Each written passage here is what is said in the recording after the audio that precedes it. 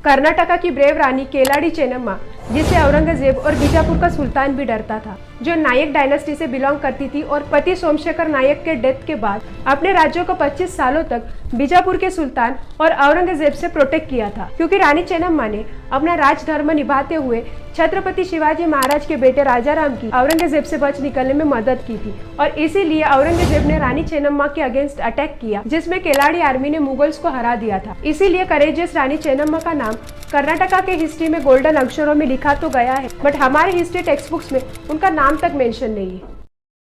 साथियों, इस नवरात्रि हम सनातन धर्म में स्त्रियों को लेकर जो 9 बड़े मिथ्स हैं, इन 9 दिनों में ब्रेक करने वाले हैं। और इस 9 डेज 9 मिथ्स की सीरीज में आज पहले दिन हम जानेंगे कि क्या सच में स्त्रियों को सनातन धर्म में रुद्राक्ष धारण करने की अनुमति नहीं दी गई है। तो साथियों, ये टोटली रॉन्ग है, क्योंकि अगर आप शिव पुराण के विद्येश्वर संहिता के 25वें अध्याय को पढ़ें तो वहां पर 47वें श्लोक में बताया गया है कि कौन कौन रुद्राक्ष धारण कर सकता है। इसमें लिखा है कि सभी आश्रमों, समस्त वर्णों, स्त्रियों और शूद्रों को शिव जी की आज्ञा के अनुसार सदैव रुद्राक्ष धारण करना चाहिए। यानी आप ब्रह्मचारी हो, गृहस्थी हो, सन्यासी हो, पुरुष हो या स्त्री हो, ब्राह्मण हो या शूद्र हो, शिव जी तो सभी के हैं, हम सभी को रुद्राक्ष धारण करना चाहिए। और जहां बात आती है स्त्री की, तो स्कंद पुराण में भी वर्णित है कि माता पार्वती रुद्राक्ष धारण करती थी। साथियों, ऐसे ही अगले आने वाले 8 दिनों में हम स्त्रियों को लेकर 8 और बड़े मिथ्स को ब्रेक करेंगे। तो आप हाइपर क्वेस्ट को फॉलो कर लें, और अगर आपके मन में भी कोई प्रश्न है तो कमेंट सेक्शन में भेजना न भूलें। आप सभी को नवरात्रि की हार्दिक शुभकामनाएं। साथियों, सनातन धर्म में स्त्रियां पितरों के लिए पिंडदान नहीं कर सकती, ये एक मिथ है। आज नवरात्रि के दूसरे दिन सनातन धर्म में स्त्रियों के अधिकारों को लेकर इस दूसरे बड़े मिथ को ब्रेक करेंगे। इस प्रश्न का उत्तर हमें आनंद रामायण के यात्रा कांड के 6ठे सर्ग में मिलता है। यहाँ पर माँ सीता द्वारा दशरथ जी को पिंड दान करने का वर्णन है। असल में सीता जी माँ दुर्गा की मूर्ति बनाने के लिए बालू का पिंड बना रही थी। तभी दशरथ जी का हाथ प्रकट होता है और उस पिंड को ले जाता है, और ऐसा करके सीता माता ने 108 पिंड बनाए और सभी के सभी पिंडों को दशरथ जी ग्रहण कर लिए। और फिर जब श्री राम जी ने दशरथ जी को पिंडदान करने की क्रिया की, तब कोई हाथ नहीं प्रकट हुआ। इसके बाद सीता माता से पता चलता है कि दशरथ जी पहले ही सीता माता से पिंडदान ग्रहण कर चुके हैं। और दोस्तों, जिस स्थान पर सीता जी से दशरथ जी ने पिंडदान ग्रहण किया था, वो आज बिहार के गया में सीताकुंड नाम से जानी जाती है। तो जब सीता जी दशरथ जी का पिंडदान कर सकती हैं, तो सभी स्त्रियां अपने पितरों के लिए पिंडदान अवश्य कर सकती हैं। साथियों, अगले आने वाले 7 दिनों में हम इसी प्रकार के स्त्रियों के अधिकारों को लेकर मिथ्स को ब्रेक करने वाले हैं। तो आप हाइपर क्वेस्ट को अवश्य सब्सक्राइब करें। साथियों, आप अक्सर मंदिर में देखते होंगे कि हमारे पंडित जी या पुजारी जी पुरुष होते हैं, स्त्री नहीं। और ऐसे में माना जाता है कि सनातन धर्म में स्त्रियां पंडित या पुजारी नहीं बन सकती, जो कि एक मिथ है। और आज हम नवरात्रि के तीसरे दिन पर 9 डेज 9 मिथ्स में स्त्रियों के अधिकारों को लेकर इस तीसरे मिथ को ब्रेक करेंगे। दोस्तों, भारत में कई जगह और कई मंदिर है जहाँ पर स्त्रियां पंडित हैं। जैसे कि महाराष्ट्र के साकुरी में एक उपासनी बाबा का आश्रम है, जहाँ पर 1930 से ही स्त्रियों को पंडित और पुजारी बनने की ट्रेनिंग दी जा रही है। ऐसे ही तमिलनाडु के कोयम्बटूर से 40 किलोमीटर दूर पर एक लिंग भैरवी मंदिर है, जहाँ पर महिला पुजारी ही पूजा करती हैं। ऐसे ही तमिलनाडु में ही मेल मलयनूर और मेल मरुथुर जैसे ग्रामीण मंदिर हैं, जहाँ पर महिला पुजारी ही नियुक्त हैं। और अगर आप शाक्त आगम पढ़ें तो वहाँ पर गुप्त साधन तंत्र के 6ठे पटल में गुरु पत्नी को पूजा संस्कार करने की पूरी अनुमति दी गई है। तो साथियों, हम देख सकते हैं कि सनातन धर्म में स्त्रियां भी पुजारी बन सकती हैं और मंदिरों में पूजा करवा सकती हैं। साथियों, ऐसे ही आने वाले अगले 6 दिनों में हम सनातन धर्म में स्त्रियों के अधिकारों को लेकर और भी बड़े 6 मिथ्स को ब्रेक करेंगे। तो आप हाइपर क्वेस्ट को जरूर सब्सक्राइब कर लें।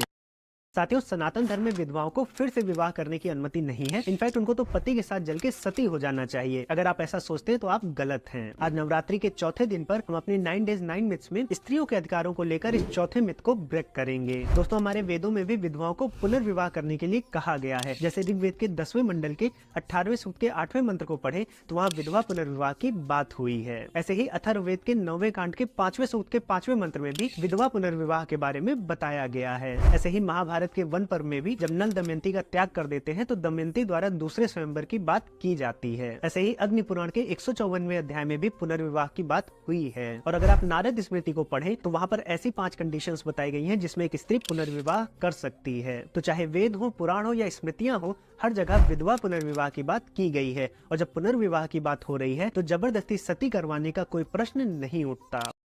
साथियों, स्त्रियां गायत्री मंत्र नहीं पढ़ सकती और न ही उन्हें वेदों को पढ़ने का अधिकार है। आज नवरात्रि के 5वें दिन पर हम 9 डेज 9 मिथ्स में स्त्रियों के अधिकारों को लेकर इस बड़े 5वें मिथ को ब्रेक करेंगे। साथियों, गायत्री मंत्र यजुर्वेद के मंत्र ओम भूर्भुवः स्वः और ऋग्वेद के मंत्र तत्सवितुर्वरेण्यम भर्गो देवस्य धीमहि धियो यो नः प्रचोदयात् से बना हुआ है। तो गायत्री मंत्र एक वैदिक मंत्र है। अब यजुर्वेद के ही 26वें अध्याय के दूसरे मंत्र में लिखा है कि जैसे मैं ईश्वर ब्राह्मण, क्षत्रिय, वैश्य, शूद्र, स्त्रियों और सेवकों सभी मनुष्यों के लिए वेदों का उपदेश करता हूँ, वैसे ही आप सभी भी दूसरे के कल्याण के लिए उपदेश करें। तो इस मंत्र से स्पष्ट है कि वेद सभी मनुष्यों के लिए हैं, जिसमें स्त्रियां भी हैं। और गायत्री मंत्र को हमने देखा कि वो वेदों का ही मंत्र है, इसलिए स्त्रियां भी इस मंत्र को पढ़ सकती हैं और इसका जाप कर सकती हैं। आप ही सोचे, अगर ईश्वर चाहता कि स्त्रियां वेद मंत्रों को न पढ़ पाएं, तो वेदों के मंत्रों की दृष्टा स्त्रियां कैसे हो गईं? लोपमुद्रा हो, घोषा हो, अपाला हो, रोमशा हो, ये कई प्रसिद्ध वैदिक ऋषिकाएं कई वैदिक मंत्रों की दृष्टा रही हैं।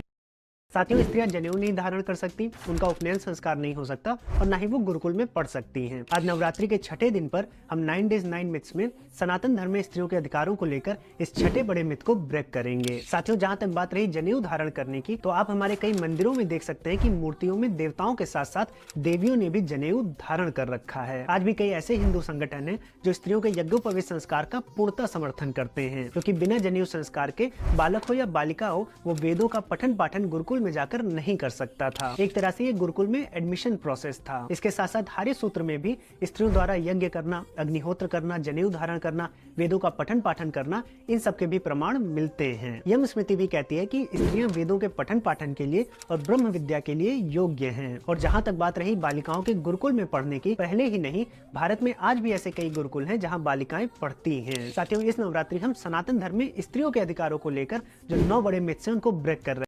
साथियों, स्त्रियां पीरियड्स में यानी कि मासिक धर्म में पूजा पाठ नहीं कर सकती, वो अपवित्र हो जाती हैं। ये एक मिथ है। नवरात्रि के आज 7वें दिन पर हम इस 9 डेज 9 मिथ्स की सीरीज में स्त्रियों के अधिकारों को लेकर इस 7वें मिथ को ब्रेक करेंगे। साथियों, सनातन धर्म में पुरुषों का ब्रह्मचर्य जितना पवित्र होता है, उतना ही स्त्रियों का मासिक धर्म, और इसीलिए कई स्थानों पर बालिकाओं के प्रथम मासिक धर्म का उत्सव मनाया जाता है। गुवाहाटी के कामाख्या देवी मंदिर में भी जून के महीने में देवी माँ के मासिक धर्म को सेलिब्रेट किया जाता है। अब सुश्रुत संहिता की रजस्वला परिचर्या में पीरियड्स के दौरान स्त्रियों को आराम करने के लिए कहा गया है। शोरगुल से बचने के साथ साथ नहाने को भी मना किया गया है, क्योंकि आयुर्वेद के अनुसार पीरियड्स के दौरान पित्त बढ़ जाता है। अब स्त्री को मंदिर जाने से या पूजा करने से मना नहीं किया गया है, लेकिन चूंकि आप नहाते नहीं हैं, इसलिए मंदिर नहीं जाना चाहिए, जो बात पुरुषों पर भी लागू होती है। और रही बात पूजा पाठ की, तो रजस्वला परिचर्या में ये भी कहा गया है कि स्त्रियों को पीरियड्स के समय केवल ईश्वर का ही ध्यान करना चाहिए।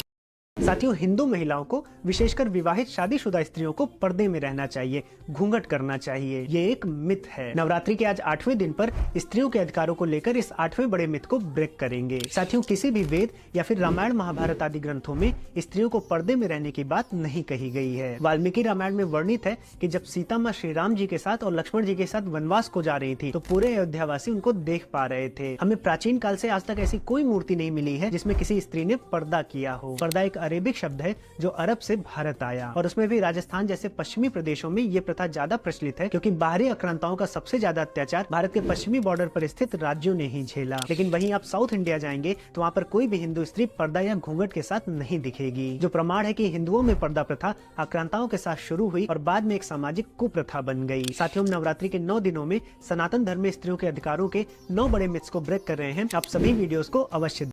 साथियों, सनातन धर्म फेमिनिज्म की बात नहीं करता और यहाँ पर स्त्रियों को कोई विशेष अधिकार नहीं दिए गए हैं। आज नवरात्रि के अंतिम दिन पर स्त्रियों के अधिकारों को लेकर इस सबसे बड़े मिथ को कि सनातन धर्म एंटी फेमिनिस्ट है, हम ब्रेक करेंगे। साथियों, फेमिनिज्म की बात वही करते हैं जहाँ पर स्त्रियों की बात नहीं हुई हो। सनातन धर्म में हर एक जीव में ईश्वर का अंश देखा गया है, इसलिए यहाँ पर अलग से फेमिनिज्म की बात नहीं उठती। जहाँ वेदों के देवी सूक्त में एक फेमिनिन गॉड की बात हुई है, वहीं पुराणों में देवियों की स्तुतियां हैं। जहाँ वेदों में पुरुष ऋषि मंत्रों की दृष्टा हैं, वहीं पर लोक मुद्रा, घोषा, रोमशा जैसी ऋषिकाएं भी हैं जो मंत्रों की दृष्टा रही हैं। शायद ही कोई ऐसा पंथ होगा जिसने ईश्वर के स्त्री स्वरूप या ईश्वर के मैसेंजर्स को स्त्री रूप में देखा हो। लेकिन सनातन धर्म में इक्वालिटी है, इसलिए यहाँ पर फेमिनिज्म जैसे कॉन्सेप्ट की जरूरत नहीं पड़ी। लेकिन हम इस बात से भी इंकार नहीं कर सकते कि स्त्रियों के साथ अधर्म होता आया है, उनके समान अधिकारों का हनन हुआ है। इसलिए इस नवरात्रि पर हमें धर्म की ओर बढ़ते हुए स्त्रियों को समान अधिकार देने का संकल्प लेना चाहिए। India has been portrayed to be an extremely regressive society when it comes to women's rights. Feminists continue attacking the Hindu traditions, framing them as Brahmanical and patriarchal at large. We are shown as a society where women suffer due to ancient dogma that leads to dowry murders and female feticide. Now let us look around the world a little bit. Every other major civilization has had a history of dowry except India. Arrian and Megasthenes, who came to India in 300 BC, have documented a total absence of the dowry system in India. Al-Biruni has observed the same. What our wine-sipping historians skipped telling us is, dowry was never an Indian custom. It was brought to India by the British. Till the late 19th century, while the British were civilizing us, dowry was a common custom back home in Britain. In India, the wealth of women was transferred from mother to daughter as Stridhan. Rural land was generally not tradable. Movable wealth was controlled exclusively by women. Stridhan gave women a high status in society. The British passed laws that made property tradable and that only males could inherit it. The Raj would confiscate your land if you did not have a male heir. This law made a male child imperative, which our historians chose to blame on backward Hinduism. More spouses are killed in the US for insurance money than in India for dowry, but no one makes insurance murders in the US a cultural crime. Colonial consciousness turns every crime into a crime of native culture, while in the master race, a crime remains an aberration, merely a criminal act. How funny that the West has always mocked India for women's rights, while they were themselves Talibanized until the 19th century. बाल विवाह प्राचीन भारत में मौजूद नहीं था और Islamic आक्रमण होने के बाद ही शुरू हुआ था। वेद, इतिहास या पुराण में किसी भी बाल विवाह का उल्लेख नहीं है। प्राचीन काल में सभी महिलाओं ने कम से कम 16 साल की उम्र के बाद शादी की और अधिकांश विवाह स्वयंवर थे। भारत के प्राचीन सर्जन सुश्रुत ने अपनी पुस्तक सुश्रुत संहिता में लिखा है कि लड़की की विवाह की उम्र 16 वर्ष से ऊपर और लड़के की उम्र 25 वर्ष से अधिक होनी चाहिए। कई नकली विद्वान गलत तरीके से दावा करते हैं कि शादी के समय राम और सीता बच्चे थे, लेकिन वाल्मीकि रामायण उन्हें गलत साबित करती है। वाल्मीकि रामायण के अरण्यकांड में सीता ने रावण से कहा कि वह शादी के बाद 12 साल तक अयोध्या में रही थी। जब वह वनवास के लिए निकली थी तब उनकी उम्र 18 साल थी और राम की 25 साल थी। क्या इसका मतलब है कि वह शादी के समय 6 साल की थी और राम 13 साल के थे? वैदिक युग से ही उपनयन या शिक्षा की दीक्षा को द्वितीय जन्म द्विज माना जाता था। ब्राह्मणों के लिए 8 साल की उम्र में 11 साल में क्षत्रियों और 12 साल में वैश्यों के लिए किया गया था। उन्हें उसके बाद द्विज 2 बार पैदा हुए कहा जाता था। चूंकि सीता और राम क्षत्रिय परिवारों से थे, इसलिए दोनों को 11 साल में दीक्षा दी गई थी। इसलिए उनके दूसरे जन्म दीक्षा के बाद उनकी नई उम्र 6 और 13 थी, लेकिन शादी के समय उनकी जैविक उम्र 17 और 24 साल थी। अयोध्या में 12 साल के विवाहित जीवन के बाद जब वे वनवास के लिए निकले, उनकी नई उम्र 18 और 25 थी, लेकिन जैविक उम्र 30 और 47 थी। जब वन में 13 साल बाद रावण ने सीता का अपहरण किया, तब उनकी वास्तविक आयु 42 और राम 49 वर्ष के थे। जब राम ने रावण का वध किया था और सीता के साथ वापस अयोध्या लौटे, तो दोनों की उम्र 50 और 43 थी। पद्म पुराण में विवाह से पहले सीता का वर्णन एक पूर्ण विकसित वयस्क महिला के रूप में किया गया है। रामायण में कई उदाहरण हैं जिनसे साबित होता है कि राम और सीता विवाह के समय वयस्क थे। 1000 साल पहले तक कोई भी बाल विवाह नहीं होता था। भारतीय महिलाओं के लिए कोई भी जबरन विवाह नहीं किया जाता था। अधिकांश में स्वयंवर या माता पिता की पसंद से सहमत थे। इस्लामिक आक्रमणों के बाद जब अविवाहित युवतियों का अपहरण और बलात्कार किया गया तो लोगों ने कुछ हद तक उनकी सुरक्षा सुनिश्चित करने के लिए बाल विवाह करने का फैसला किया।